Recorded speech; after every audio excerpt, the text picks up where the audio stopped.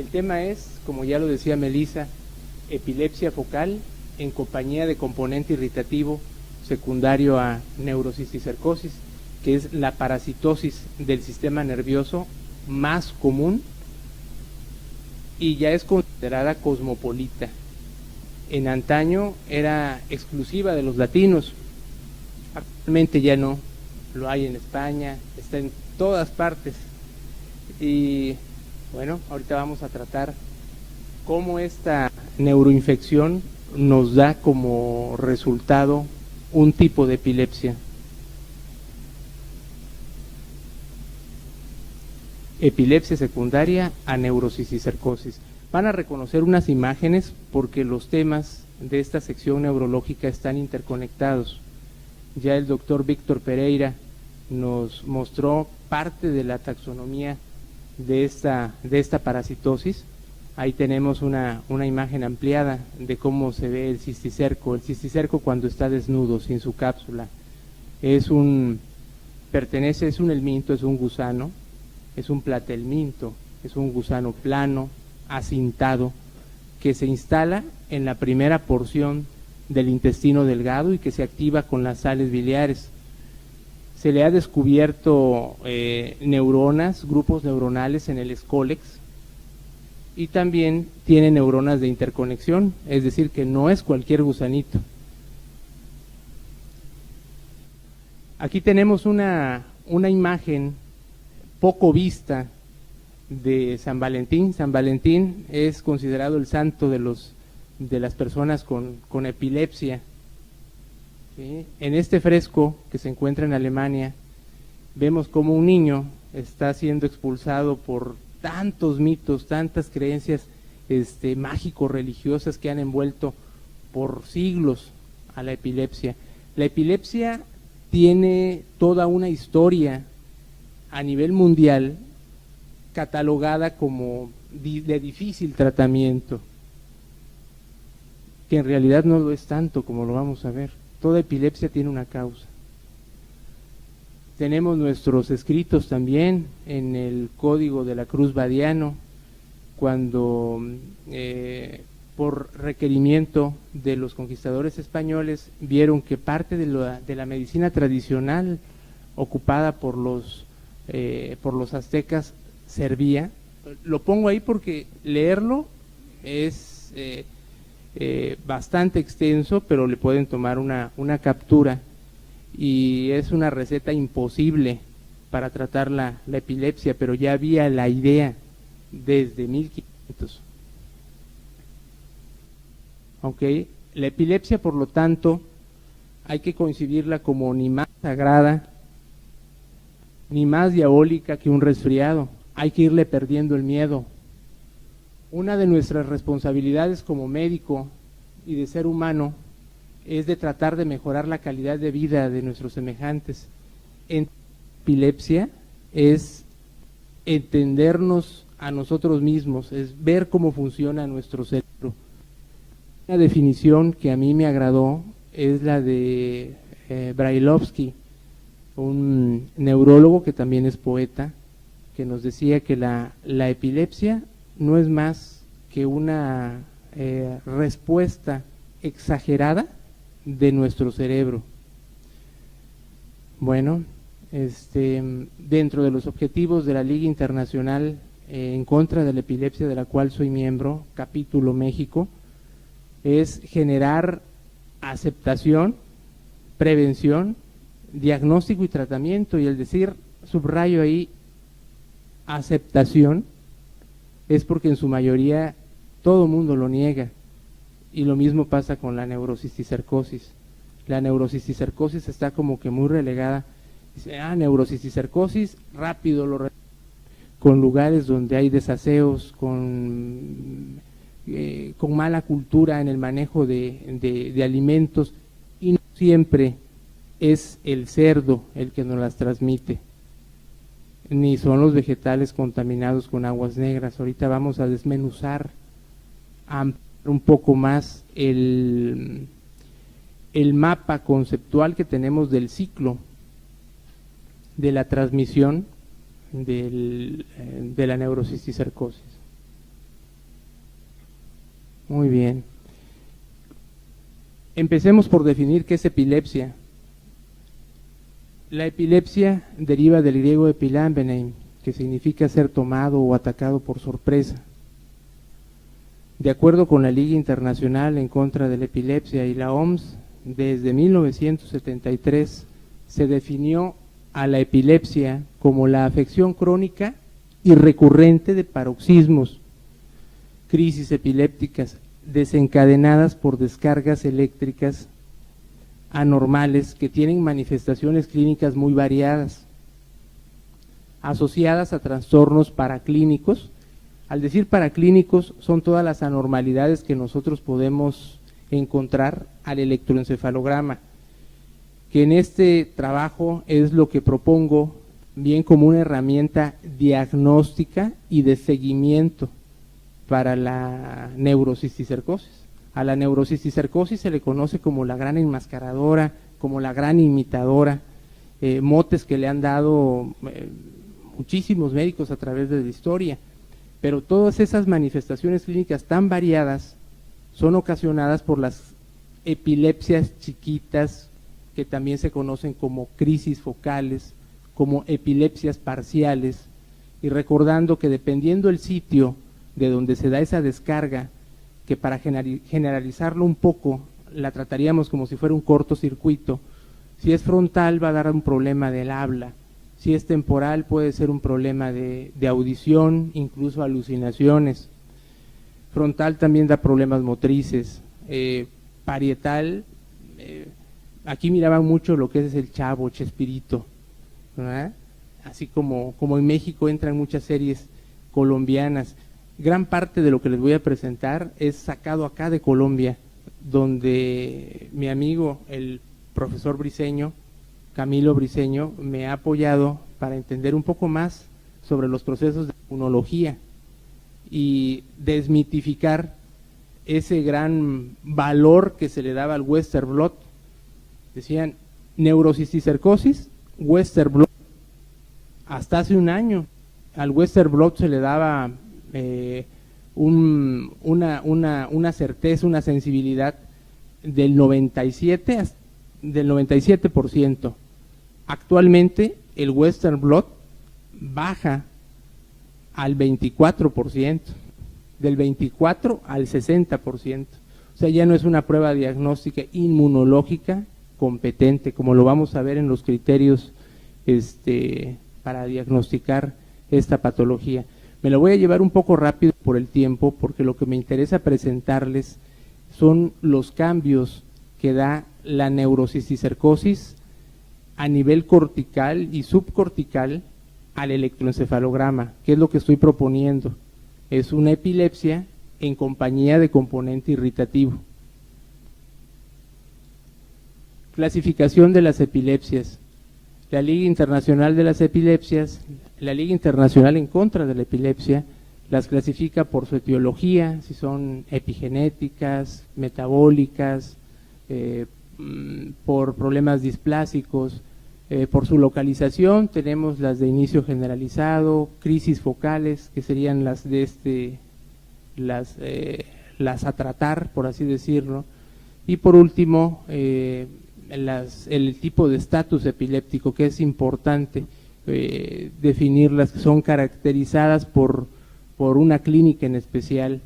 Una epilepsia puede ser muy sutil, como un dolor de cabeza tipo migraña.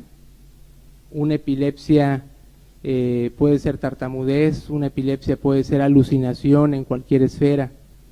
Es muy amplio el trastorno o manifestación neurológica que nos va a dar, incluso reacciones autonómicas como es sudoración excesiva, pero excesiva, salivación como si el paciente tuviera una pequeña fuente de agua dentro, epigastralgias, dolores en la boca del estómago, en el epigastrio, como si tuvieran un pequeñísimo infarto o como si tuvieran una gastritis de debut súbito. En cuanto a la epidemiología, a nivel mundial tenemos 50 millones de personas aproximadamente con epilepsia, lo cual representa una carga económica y de salud bastante considerable.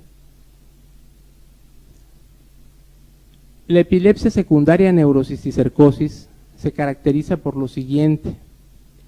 Las epilepsias son de las personas jóvenes, estamos hablando entre los 7 y los 14 años. Las de debut tardío, máximo hasta los 18 años. Las epilepsias del adulto tenemos de un 60 hasta un 80%, 90% máximo, que se trata un cisticerco.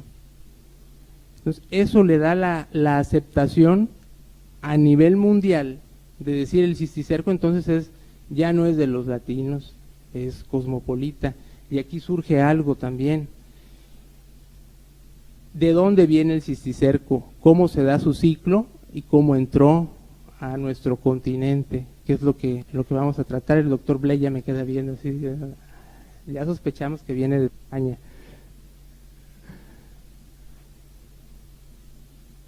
Ok.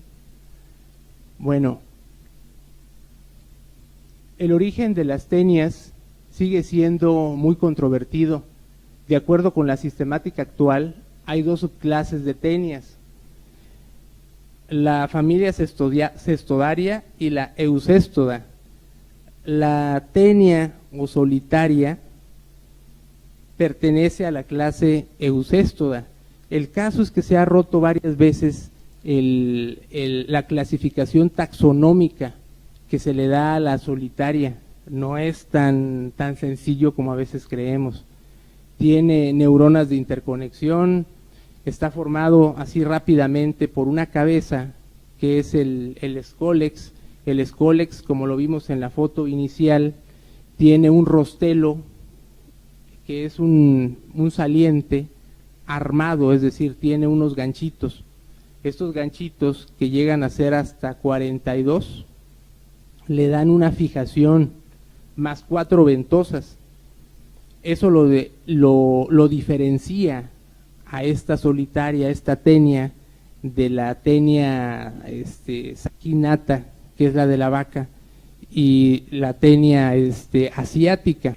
Herrick, un alemán, al cual se le atribuye la descripción del Ascaris lumbricoides y de un montón de helmintos, se le anuló todo lo escrito de esta parasitosis porque él le empezó a dar carne de cerdo contaminado a los presos que estaban condenados a muerte.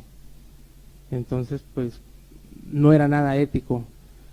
Optaron por sacar de circulación todo lo que él había escrito, pero pues siempre quedan sus guardaditos, como decimos aquí en Latinoamérica, y se vuelve a escarbar esa información que, aunque haya sido mala vida, pues es de utilidad.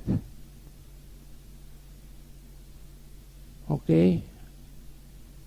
Ahí citamos que desde 1860 el médico y microbiólogo francés Casimir Joseph Divine citó: ningún animal ha sido responsable de más hipótesis, discusiones y errores que la tenia, cumpliéndose hasta la actualidad su adagio, ¿sí?, referente a la inmunología, transmisión, estatus taxonómico y genético.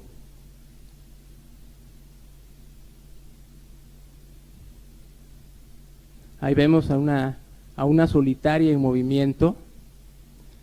Bueno, ahí le puse la cuasi etiopatogenia de la neurocisticercosis.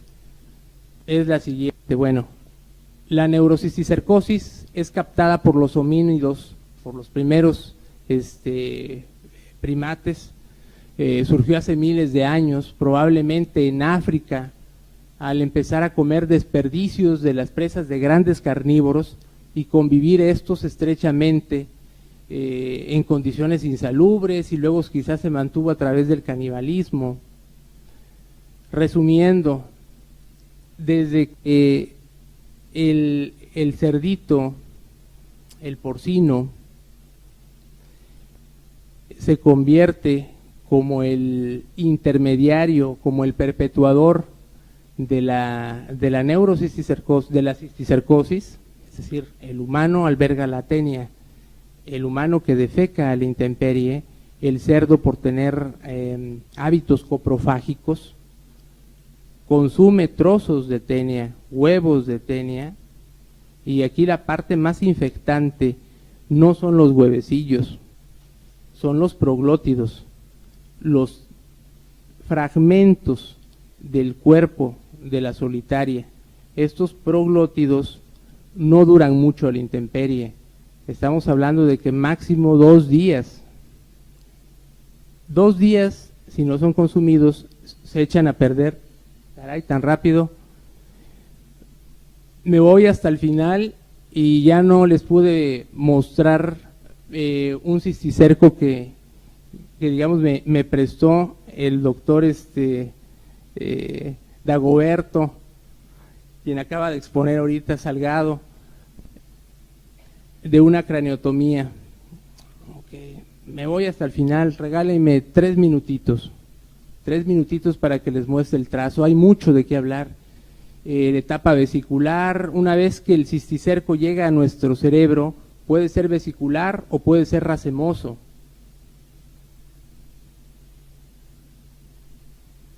El parásito escapa a nuestro sistema de vigilancia inmunológica, ya que secreta un inhibidor de la proteasa serina denominado teniastina. Esto es por simplificarlo, por hacerlo muy rudo, muy brusco, muy tosco, pero en realidad el cisticerco tiene una membrana que responde con antígenos de superficie que le dan un camuflaje químico impresionante, tanto que la inmunología le pasó el trabajo a la genética, y ahorita está la genética tratando de averiguar, y se han encontrado, así como en los seres humanos, muchísimas razas, lo cual hace un estudio muy caro expresarlo por la genética, leer la genética del cisticerco.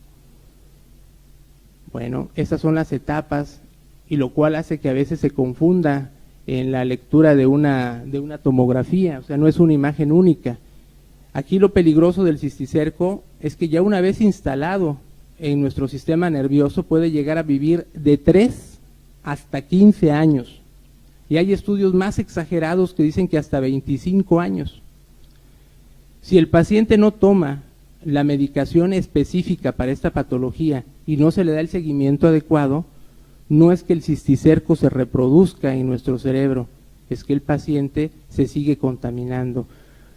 Parte de un ciclo, que era el que les iba a explicar, pero por cuestiones de tiempo ya se nos fue, es que también se puede dar la transmisión de la neurocisticercosis por actividades sexuales, ya no digamos parafilias, porque ya se le llama diferente, como decía el doctor Silverio, ¿no? Ya es una expresión comportamental de la sexualidad, ¿sí?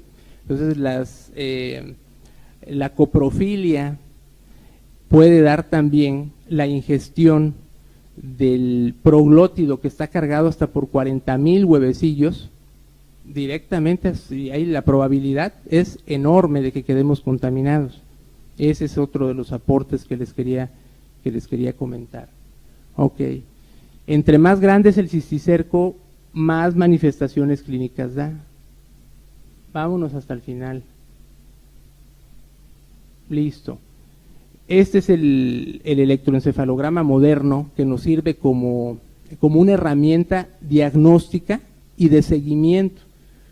Como vieron en la imagen anterior, el cisticerco ya encallado en nuestro cerebro, afortunadamente no todas las neurocisticercosis acaban en cirugías, solamente cuando son ventriculares, cuando son medulares, como las que describió el doctor Pereira, pero en otra taxonomía, es donde entran a quirófano. De ahí se pueden tratar curiosamente con albendazol, pero en dosis muy altas.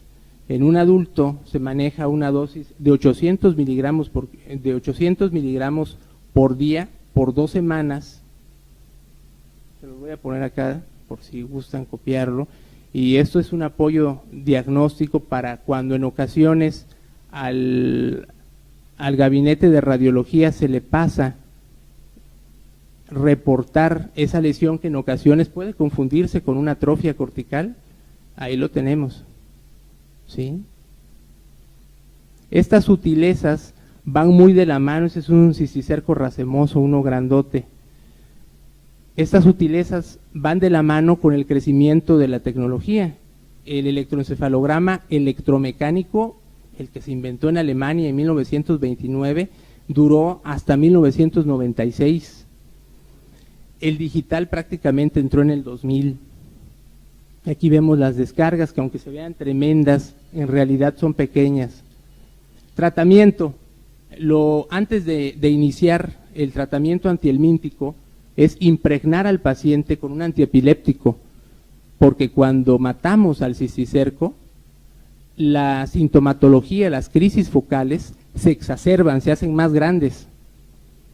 Entonces, ya impregnado, podemos darle el tratamiento específico, que es albendazol en megadosis, 800 miligramos por día en un adulto, por 2 semanas, se descansa 2 semanas y se vuelve a dar otro ciclo. Y lo documentado es que durante la primera semana se deje con un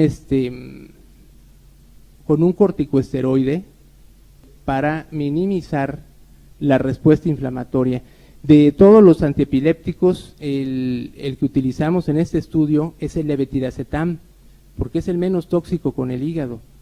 Porque si vamos a recetar albendazol en megadosis y luego un corticoide, pues tenemos que agarrar a un antiepiléptico pues que sea fino.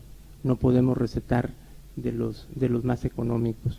Afortunadamente han surgido políticas de ayuda para la epilepsia, porque al ser un padecimiento crónico, aunque ésta sea de origen parasitario, nos da una epilepsia que puede durar hasta de 6 a 8 meses, aún tratándolas. Pero si no la tratamos, puede estar con nosotros esa epilepsia hasta 15 años. Y si nadie nos hace la observación, porque el que ya se contaminó por un cisticerco es más vulnerable que en un futuro se vuelva otra vez a contaminar. Entonces es algo que se debe de remachar al paciente, de decírselo varias veces. Ahí tenemos el esquema de albendazol y se me acabó.